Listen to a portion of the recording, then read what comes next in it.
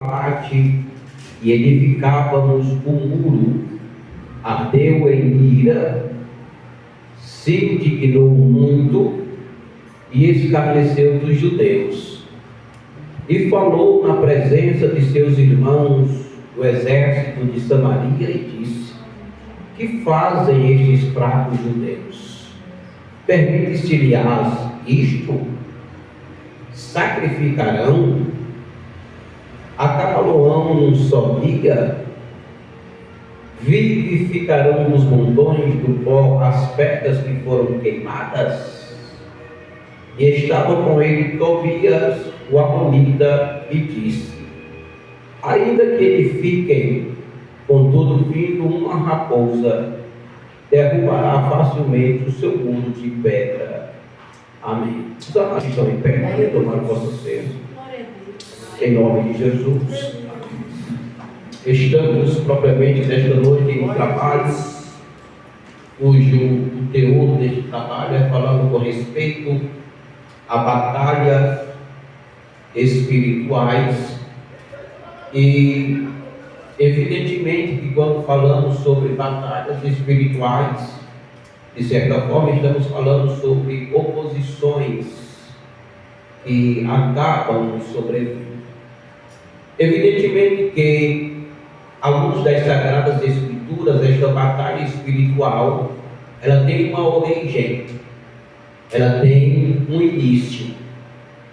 E o início desta batalha espiritual, ela dá-se justamente em Gênesis, capítulo de número 3, quando, depois de Deus criar o homem, posteriormente criar a mulher, e os colocar ali dentro do jardim do Éden.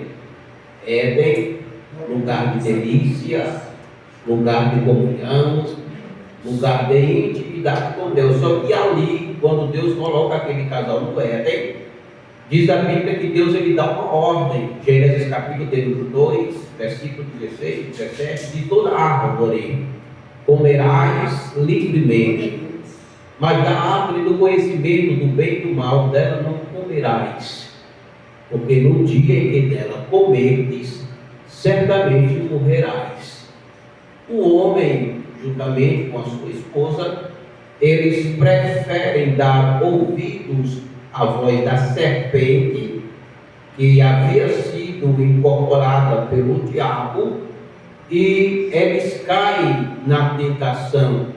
E quando eles caem na tentação, como a Bíblia diz que Deus, ele não compactua com o pecado, com a iniquidade, a primeira coisa que aconteceu foi simplesmente Deus pegar aquele casal e os expulsar para fora do lugar de delícia, para fora do lugar onde eles tinham uma comunhão plena.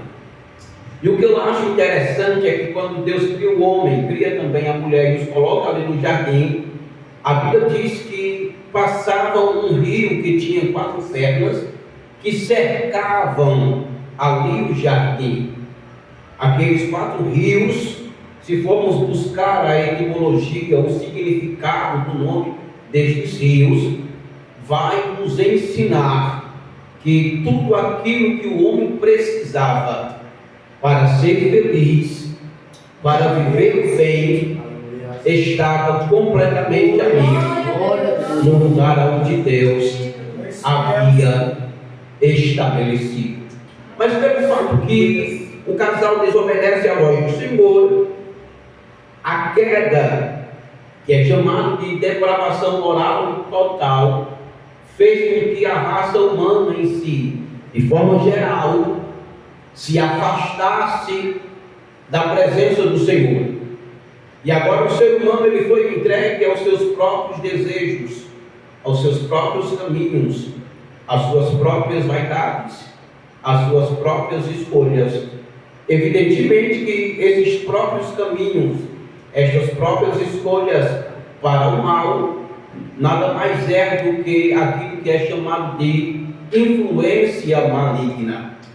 Só que dentro da influência maligna para o pecado, para o mal, evidentemente que em contrapartida também existe os conflitos internos que cada ser humano ele vive na sua individualidade. E isto nada mais é do que a consequência do pecado. Porque o pecado ele proporciona consequências desastrosas. Há alguém que às vezes fica a se questionar: mas Deus não existe? Mas se Deus existe e Ele é bom, por que Ele permite que determinadas circunstâncias mal acabem acontecendo? Eu preciso dizer que estas situações desagradáveis que atingem a alma, que atingem o espírito, que atingem propriamente o corpo, não é que seja propriamente a vontade de Deus. É por isso que a Bíblia diz, em Isaías capítulo de número 59, o versículo de número 1 e o versículo de número 2, diz a Bíblia: eis que a mão do Senhor não está encolhida para que não possa salvar, nem os seus ouvidos agravados para que não possa ouvir, mas os vossos pecados fazem separação entre vós e o vosso Deus, para que Ele não vos ouça. A Bíblia também diz em Romanos capítulo de número 3 e o versículo de número 23, que todos, sem acepção de pessoas, todos pecaram e destituídos estão da glória de Deus. Em algumas traduções aparece a expressão e carecem e necessitam da glória de Deus. E por quê? Porque a Bíblia também diz em Romanos, o capítulo de número 6 e o versículo de número 23, que o salário do pecado é a morte, mas o dom gratuito de Deus é a vida eterna em Cristo Jesus. Dizendo-lhe estas palavras, eu preciso que os amados entendam nesta noite que Deus, Ele tem um plano estabelecido para a humanidade, e este plano, ele é denominado de um plano da salvação, um plano da redenção. E este plano ele vai se cumprir integralmente, cabalmente e fielmente, porque a Bíblia diz em Jó, capítulo de número 42, o versículo de número 2, diz a Bíblia: Senhor, eu sei que tudo tu podes, e nenhum dos teus pensamentos ou dos teus planos pode ser impedidos. E qual é o plano de Deus? A priori, o plano de Deus é restaurar a humanidade que havia caído no pecado. Por isso a Bíblia diz em Lucas capítulo de número 19, o versículo de número 10, que o Filho do Homem, ele veio buscar e salvar o que se havia perdido. O que se estava perdido? Estavam perdidos justamente a herança que Deus havia proporcionado para a sua criação quando os colocou ali no Jardim do Éden. Deus, para comunicar este plano da salvação, Ele escolhe originalmente um povo que é chamado de hebreus, que é chamado de judeus e que é chamado de israelitas. Para este povo que é conhecido com esses três nomes em três etapas, eles são conhecidos como hebreus quando eles estavam no Egito. Eles são conhecidos como israelitas depois que eles saíram da terra do Egito e começaram a caminhar pelo deserto do Sinai em direção à terra da promessa. Porém, eles ficaram conhecidos como judeus depois de um período de 70 anos que eles haviam passado como escravos ali na terra de Babilônia, por causa do pecado, por causa da desobediência à orientação de Deus, à vontade de Deus. Eles foram levados para o cativeiro em Babilônia. E o que eu acho interessante é que quando Deus permitiu que o seu povo ele fosse levado cativo para a terra de Babilônia, a Bíblia nos informa que no primeiro momento Deus enviou uma carta por meio do profeta Jeremias, e na carta que Deus enviou por meio do profeta Jeremias, evidentemente que esta carta é uma alusão à mensagem profética que Deus deu diretamente para Jeremias, para que ele transmitisse para o povo, é que mesmo eles estando no cativeiro, eles continuassem construindo famílias, eles continuassem trabalhando e eles continuassem vivendo a vida dele normal, tranquilamente, porque era só uma fase, uma fase que o próprio Deus havia estabelecido. Aqui, queridos, nós já temos uma grande lição, que as situações, as intempéries da vida, as circunstâncias, por mais difíceis que elas sejam, elas não podem nos paralisar. Aleluia! Eu preciso que vocês me escutem.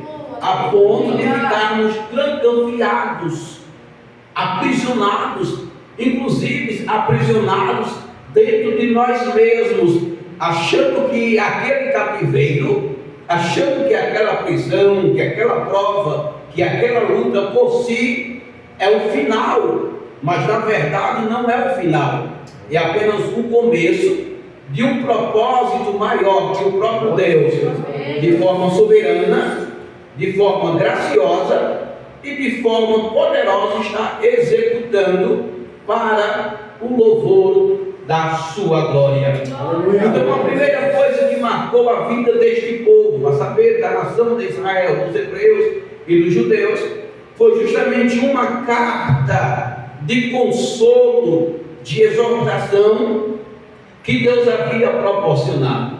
Mas olhando para a Bíblia, a segunda coisa importante que marcou a vida deste povo, que até então havia sido levado para o cativeiro, foi um despertamento espiritual que Deus estabeleceu.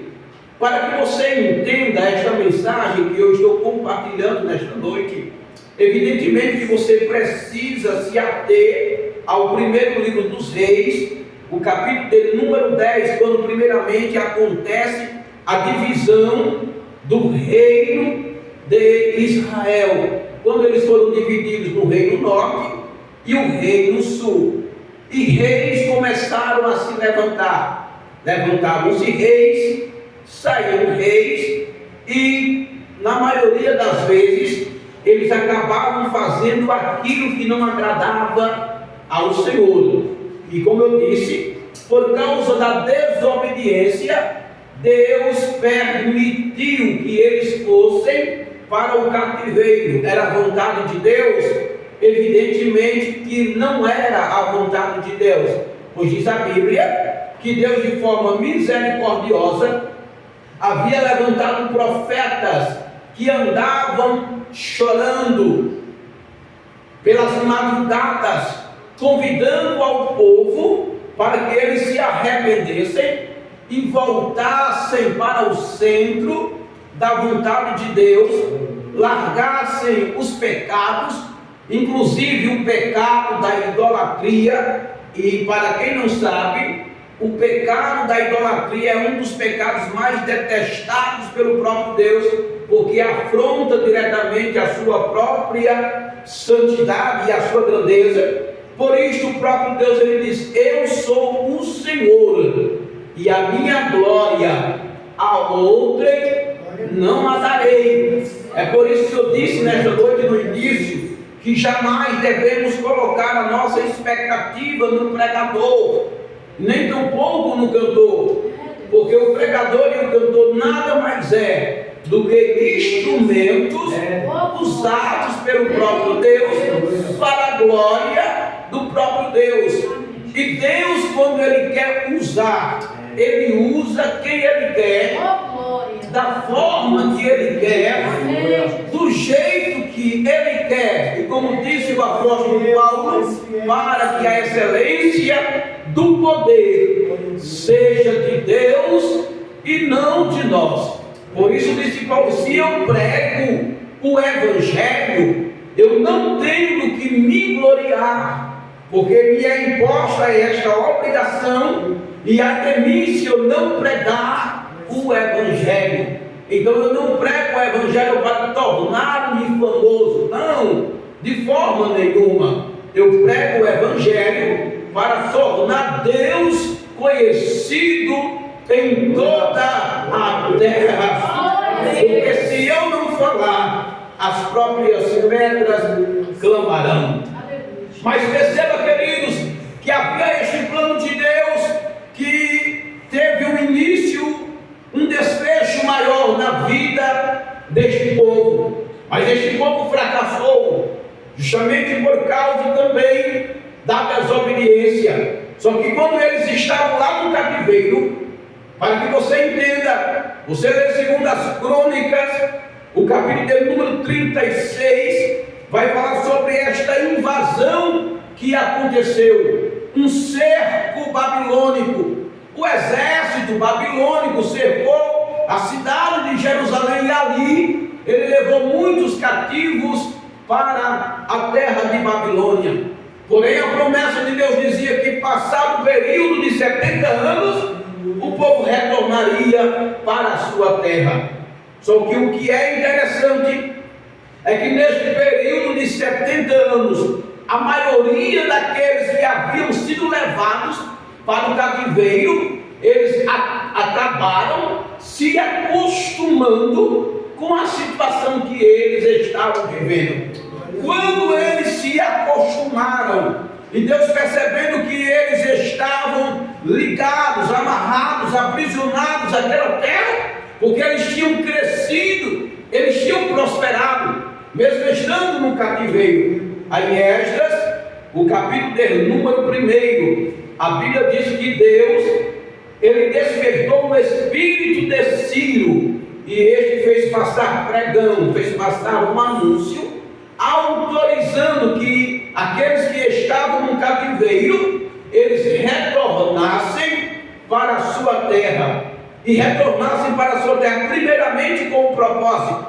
E qual era o propósito neste primeiro retorno? Era reedificar o templo em Jerusalém. Este templo em Jerusalém, que havia sido construído por Salomão, era o símbolo máximo da religiosidade e da espiritualidade judaica.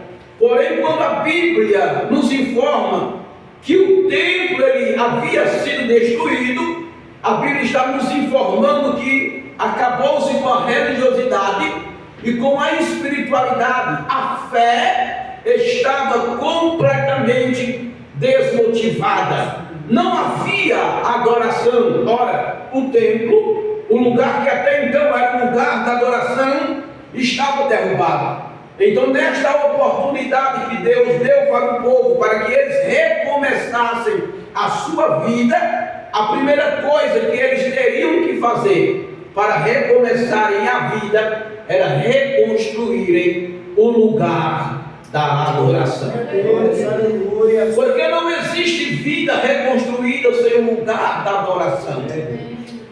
Não existe relacionamento com Deus sem esta importância, o aspecto, a relevância e o poder da verdadeira adoração. Todo recomeço, toda conquista, toda vitória que nós precisamos e que nós desejamos é fruto justamente deste processo de construir ou reconstruir um lugar de adoração.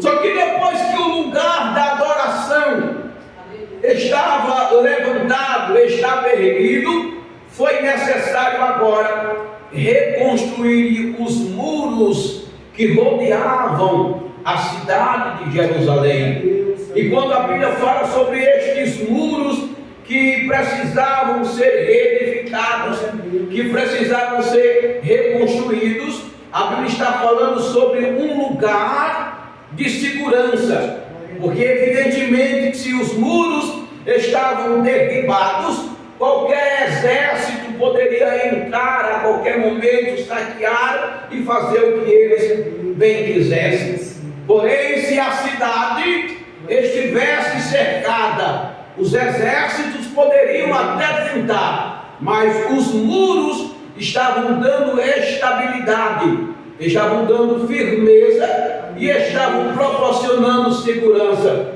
É por isso que a Bíblia diz assim, como os montes estão em volta de Jerusalém, assim também está o Senhor em volta do seu povo. Quando a Bíblia diz que Deus ele está em volta do seu povo, a Bíblia está nos ensinando que Deus é a nossa fortaleza, glória a Deus, que Deus é o nosso refúgio, e que Ele é a base da nossa sustentação. Estando o Senhor à nossa volta, evidentemente que o adversário ou os adversários, os inimigos, haverão de se levantar, haverão de se opor, mas se permanecermos no lugar cercado pelo próprio Deus, continuaremos continuamente imbatíveis e também indestrutíveis para a glória do Senhor nosso Deus. Perceba, queridos, que nesse texto que nós lemos, a narrativa de reconstrução dos muros de Jerusalém, sob a liderança de Neemias, é uma rica fonte de ensinamento sobre fé, liderança e resiliência. No entanto, a obra de Deus raramente prossegue sem enfrentar resistência. Neemias, o capítulo de número 4 e o versículo de número 1 ao versículo de número 3, se você estiver com a sua Bíblia aberta, você pode conferir comigo, e é bom que os amados também confiram. Neemias, capítulo de número 4, o versículo de número 1 ao versículo de número 3, nos apresenta dois dos mais conhecidos adversários desta empreitada: Sambalate, o Horonita, e Tobias, o Amonita. Portanto, queridos, este sermão, esta mensagem, ele explorará as estratégias de oposição destes personagens, e assim extrairemos algumas lições que são necessárias para que possamos ter êxito no meio destas oposições. Estamos falando sobre a batalha espiritual, e esse texto que nós lemos, ele é muito propício, ele é muito pertinente para abordarmos, para falarmos especificamente sobre a batalha espiritual, porque a batalha espiritual ela acontece de diversas formas. A batalha espiritual ela acontece de diversos níveis, e também em diversos aspectos. Aqui no texto em pauta, a saber, no livro de Neemias, o capítulo de número 4, a primeira coisa que aconteceu no percurso desta reconstrução e no meio desta oposição à obra de Deus, primeiro foi a ira de Sambalate. É uma das coisas que normalmente acontece e acontecerá no processo da guerra espiritual. A primeira coisa que sempre se manifestará é justamente a ira do nosso inimigo. Eu preciso que você entenda nesta noite que só o fato de termos colocado no nosso coração para estarmos no culto aqui nesta noite, o inimigo que é invisível, que nós não enxergamos, ele fez de tudo, porque ele estava irado, para que não chegássemos aqui nesta noite.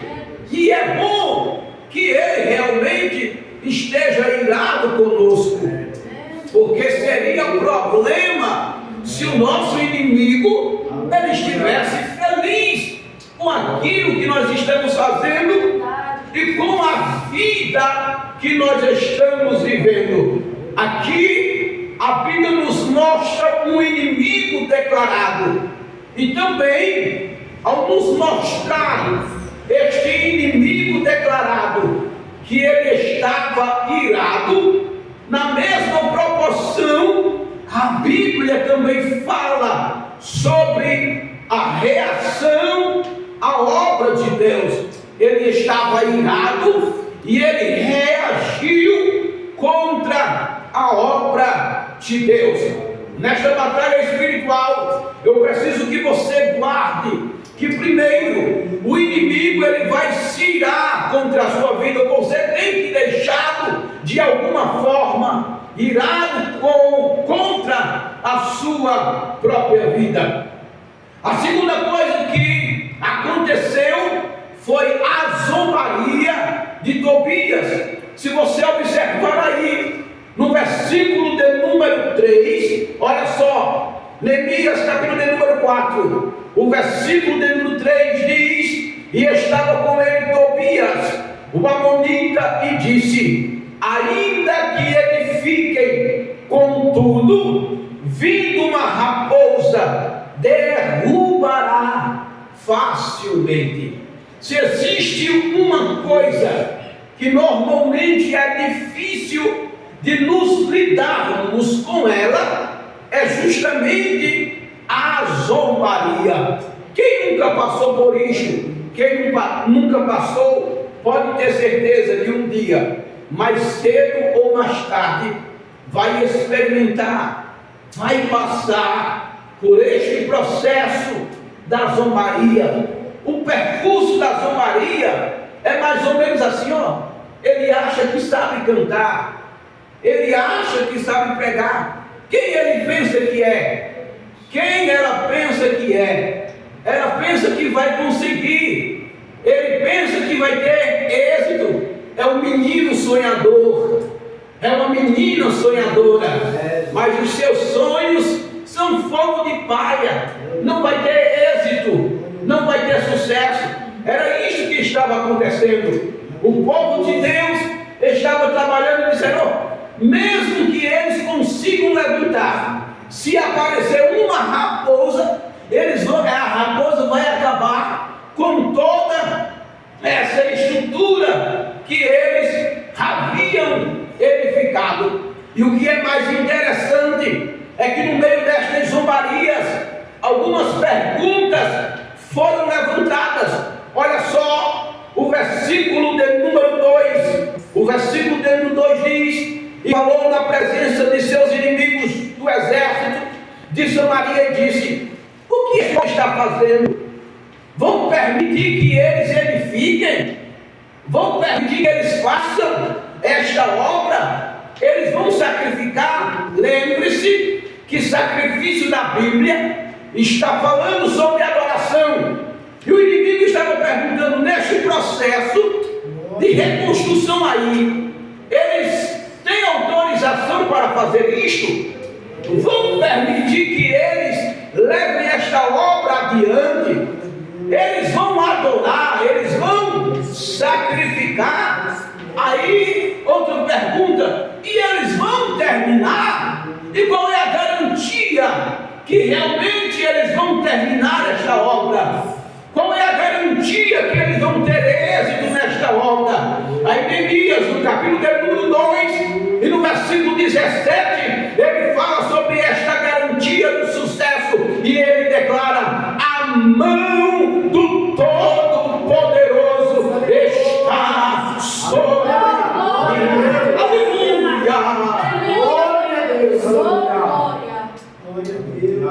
Ele estava irado, o inimigo estava irado, e se utilizou da zombaria. E a zombaria que foi utilizada com dois propósitos básicos. O primeiro, o propósito de intimidar, porque o nosso adversário, ele sempre vai querer nos intimidar. Ele sempre vai querer nos amedrontar. Ele sempre vai querer colocar medo, pavores em nosso coração.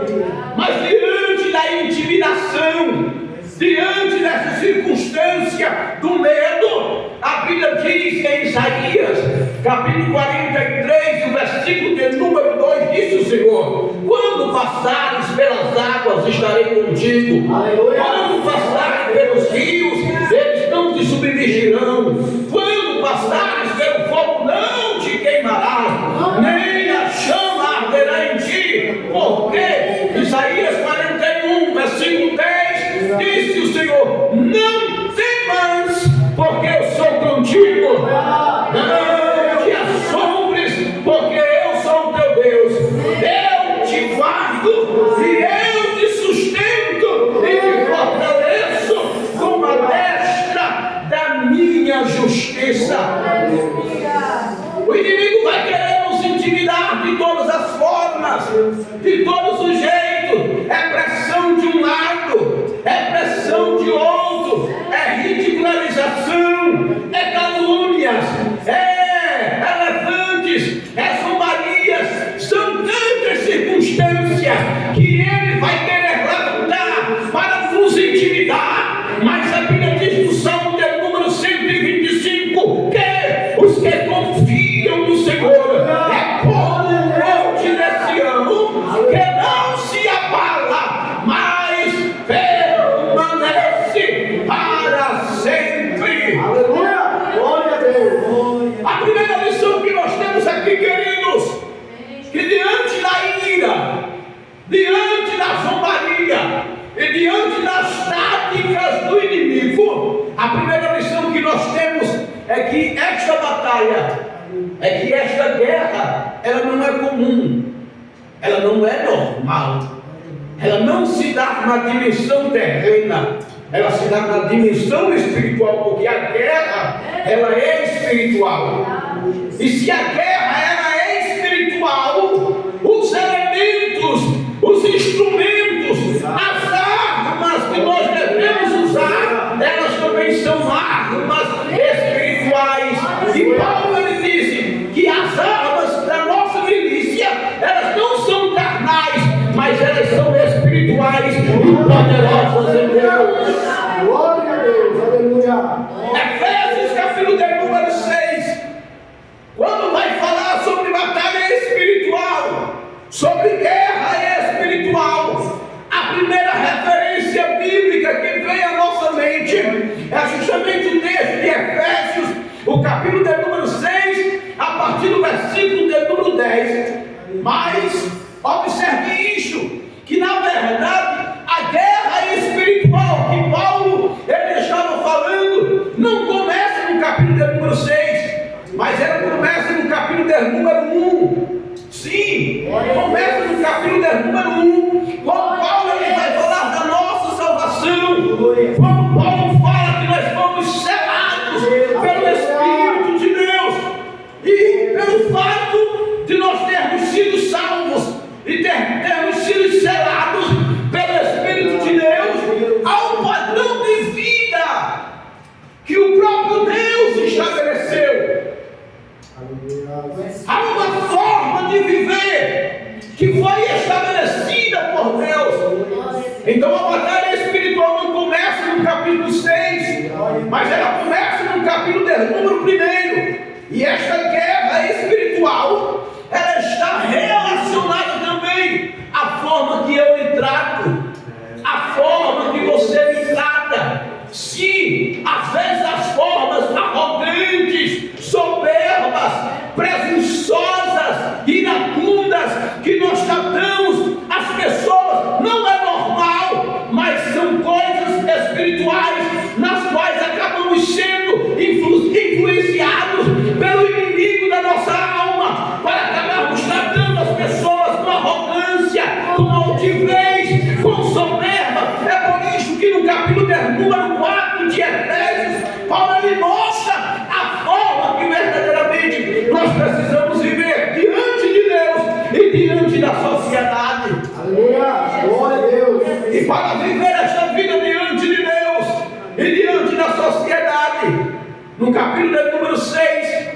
versículo de número 10 de Efésios, ele disse: no demais, porque ele já vinha tratando de outras coisas. Ele estava falando de determinados assuntos, e ele disse: no demais, irmãos meus, fortalecei-vos no Senhor e na força do seu poder.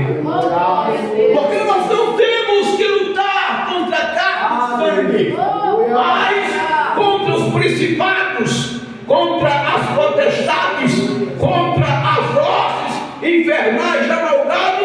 Aí agora, depois que ele apresenta os nossos verdadeiros inimigos, olha para cá, este irmão que está perto de você, ou a pessoa que você deixou na sua casa, mesmo ela querendo te perturbar, mesmo ela querendo roubar a tua paz, mesmo querendo que você não estivesse aqui nesta noite, esta pessoa não é o teu verdadeiro inimigo. Aleluia. És fiel, Senhor. És fiel, Jesus. Está sendo usado pelo teu verdadeiro inimigo. Mas saiba disso. Se você trilhar pelo caminho bíblico, que a palavra do Senhor te orienta, que a palavra do Senhor te mostra, que a palavra do Senhor te guia, a palavra do Senhor te apresenta, esta guerra espiritual tem voltado. E Paulo fala sobre a importância de revestirmos e vestirmos as armaduras de Deus. São diversos pontos sobre esta armadura, e eu não tenho tempo suficiente para discorrer sobre essas armaduras. Mas a orientação de Deus nesta noite é que verdadeiramente nos vistamos desta armadura. Que estejamos preparados com a couraça da justiça, com o capacete da salvação, cingindo os lombos com a verdade, e tendo nas mãos fiel, Senhor amado, Deus fiel e poderoso, aleluia, a espada do Espírito, que é a palavra de Deus. Se você entende que está em uma guerra espiritual e você não valoriza aquilo que está escrito aqui, você não vai ter sucesso na batalha espiritual.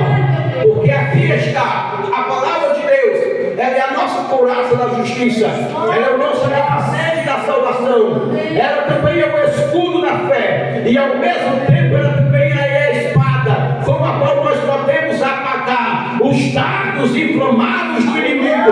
A orientação de Deus e o convite de Deus nesta noite, nesta batalha espiritual, é que aprendamos a amar a palavra, é que aprendamos a valorizar a palavra, é que nos dediquemos à palavra, porque a Bíblia diz em Mateus capítulo de número 4 e o versículo de número 4: nem só de pão viverá o homem, mas de toda a palavra que sai da boca de Deus.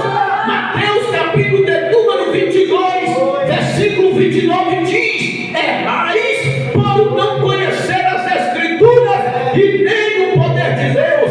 Mas também a Bíblia diz em Apocalipse capítulo de número 1 e o versículo de número 3: bem-aventurados que leem, bem-aventurados que ouvem e bem-aventurados que guardam a palavra desta profecia, porque o tempo está se cumprindo. A Bíblia também diz em Salmo de número 119 e o verso de número 105: lâmpada para os meus pés é a tua palavra e luz para o meu caminho.